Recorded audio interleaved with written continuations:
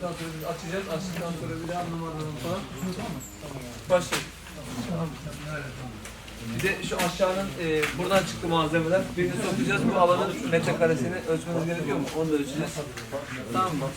Ne kadar hızlı devam ederseniz o kadar hızlı görürüz. Şeyin hepsini sizden aldık. Tamam. Çok sayıda roket, silah, mühimmat diye yazacağız. Tamam. Sizden o şey, Yapmayın. şurada bir tane daha kitap var Sercan.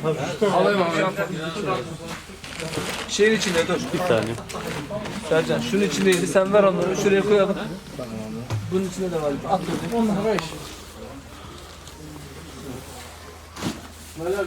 Buraya ver. Veysel abi. Yes. Veysel abi. Versene abi.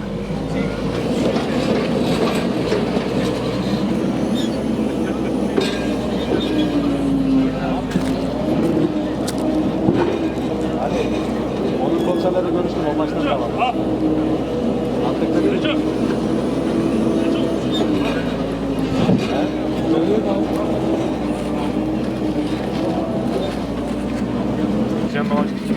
Vallahi yolda durup hani Falan hocam. etkisiz arasına kaçıyor. Yüzünü açalım mı? O yere yakınsa Hacı Yıldız'ı gösterdin mi sen Yıldız'ı? Tamam. Hocam orada yıldız var gördün mü bir tane Rus malım oluyor. Yanımızda 3 kişi gönderdik. Türkcell nerede? Türkcell'i bir tane daha getirsenize. O iPhone'u nerede?